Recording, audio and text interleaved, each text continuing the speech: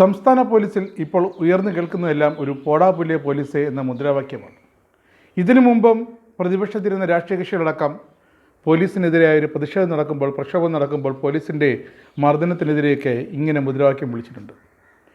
പ്രതിപക്ഷ നേതാക്കളെയും അല്ലെങ്കിൽ പ്രതിഷേധ സമരത്തിലേക്ക് ഇറങ്ങിത്തിരിക്കുന്ന യുവ നേതാക്കളെയും ഒക്കെ പോലീസ് അറസ്റ്റ് ചെയ്യുമ്പോഴും ഇത്തരത്തിൽ ഒരു പോലീസിൻ്റെ നടപടിക്കെതിരെ മുദ്രാവാക്യം വിളിയുന്ന പേരിൽ ഇത്തരം കുറേ വിശേഷണങ്ങളൊക്കെ ഘോരഘോരം വിളിക്കാറുണ്ട് രാഷ്ട്രീയ പ്രവർത്തകർ.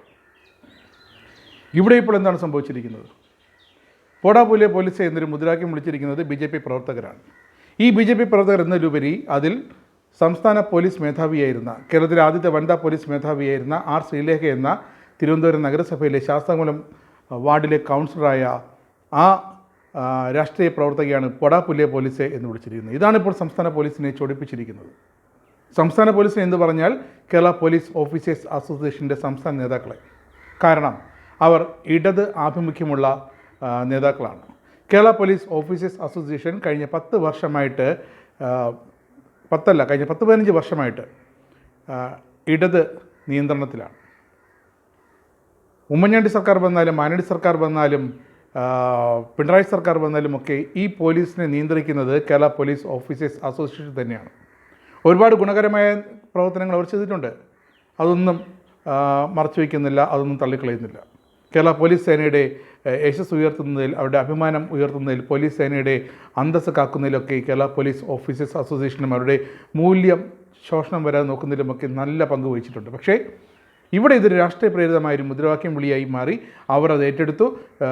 R. ശ്രീലേഖയ്ക്കെതിരെ രൂക്ഷമായ സൈബർ ആക്രമണം, അതിന് പിന്നാലെ കേരള പോലീസ് ഓഫീസേഴ്സ് അസോസിയേഷൻ്റെ സംസ്ഥാന നേതാക്കളുടെ പ്രതിഷേധ പ്രസ്താവനകൾ, അതിന് R. ശ്രീലേഖ IPSൻ്റെ മറുപടി, ഇതൊക്കെയായി ഇപ്പോൾ കേരള രാഷ്ട്രീയം കൊഴിഞ്ഞു മറിഞ്ഞിരിക്കുകയാണ്. രാഷ്ട്രീയക്കാർ പോലീസിനെ അപഹസിച്ചു എന്നതിലുപരിയായി ഒരു മുൻ DGP ഇത്തരമൊരു വാക്കുപയോഗിച്ചു എന്നതിലാണ് എല്ലാ പോലീസ് ഇടത് നേതാക്കളും അതിലൊരു കല്ലുകടി കാണുന്നത്. അങ്ങനെ ആദ്യം R. ശ്രീലേഖയ്ക്കെതിരെ ആ മുദ്രാവാക്യം വിളിക്ക് ഇടയാക്കിയ ആ പ്രകടനത്തിൻ്റെ പേരിൽ പൊതുനിരത്ത് തടസ്സപ്പെടുത്തിയതിന് ശ്രീലേഖയ്ക്കെതിരെ ആദ്യം കേസെടുക്കാൻ സംസ്ഥാന പോലീസ് വിസമ്മതിച്ചു. ശ്രീലേഖ പ്രതിപ്പട്ടിയിൽ നിന്ന് ഒഴിവാക്കിയിരുന്നു. പിന്നീട് പോലീസ് ഓഫീസേഴ്സ് അസോസിയേഷൻ്റെ സമ്മർദ്ദപ്രകാരം ശ്രീലേഖയ്ക്കെതിരെയും കേസെടുത്തിരിക്കുന്നു. അത് സ്വാഭാവികം. കാരണം ഏത് രാഷ്ട്രീയ നേതാവായാലും, ഏത് രാഷ്ട്രീയ പ്രവർത്തകരായാലും കണ്ടാലറിയുന്ന പൊതുനിരത്തിൽ പ്രകടനം നടത്തിയവർക്കെതിരെ കേസെടുക്കും.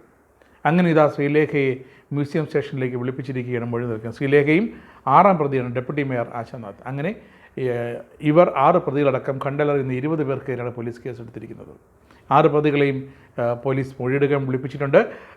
എന്തായാലും ഒരു ശ്രീലേഖ എന്ന വ്യക്തി മുൻ DGP എന്നതൊക്കെ ശരി തന്നെ. പക്ഷേ ഭാരതീയ ന്യായ സംഹിതയിൽ ഒരു പൗരയ്ക്കോ ഉള്ള അവകാശങ്ങളും അവർ നേരിടേണ്ടുന്ന നിയമ വ്യവസ്ഥകളുമൊക്കെ ഇവർക്കും ബാധകമാണ്. അതുകൊണ്ട് തന്നെ ഇതൊരു കേസെടുത്ത് ശ്രീലേഖ ജാമ്യമെടുത്ത്, അത് FIR ഇട്ട കേസിൽ ശ്രീലേഖയ്ക്ക് ജാമ്യമെടുത്ത് പോകേണ്ടി വരും. എന്തായാലും രാഷ്ട്രീയ പ്രവർത്തനം എന്നാൽ ഇങ്ങനെയാണ്, പോലീസിക്കല്ല. രാഷ്ട്രീയ പ്രവർത്തകരായി പ്രവർത്തിക്കാൻ ഇറങ്ങിയാൽ, അവർ പ്രതിഷേധം നടത്തിയാൽ അതിന് ബദലായി നമ്മുടെ സംസ്ഥാനത്തെ നിയമപ്രകാരമുള്ള, നമ്മുടെ രാജ്യത്തെ നിയമപ്രകാരമുള്ള കേസുകളെയും FIR അടക്കമുള്ള കേസുകളെയും നേരിടേണ്ടി വരും. പക്ഷേ ഇവിടെ ഒരു മുൻ പോലീസ് മേധാവി പോലീസുകാരെ ഒന്നിടങ്കം പോടാ പുല്ലിയ പോലീസ് എന്ന് വിളിച്ചതാണ് ഏറെ വിവാദമായിരിക്കുന്നത്.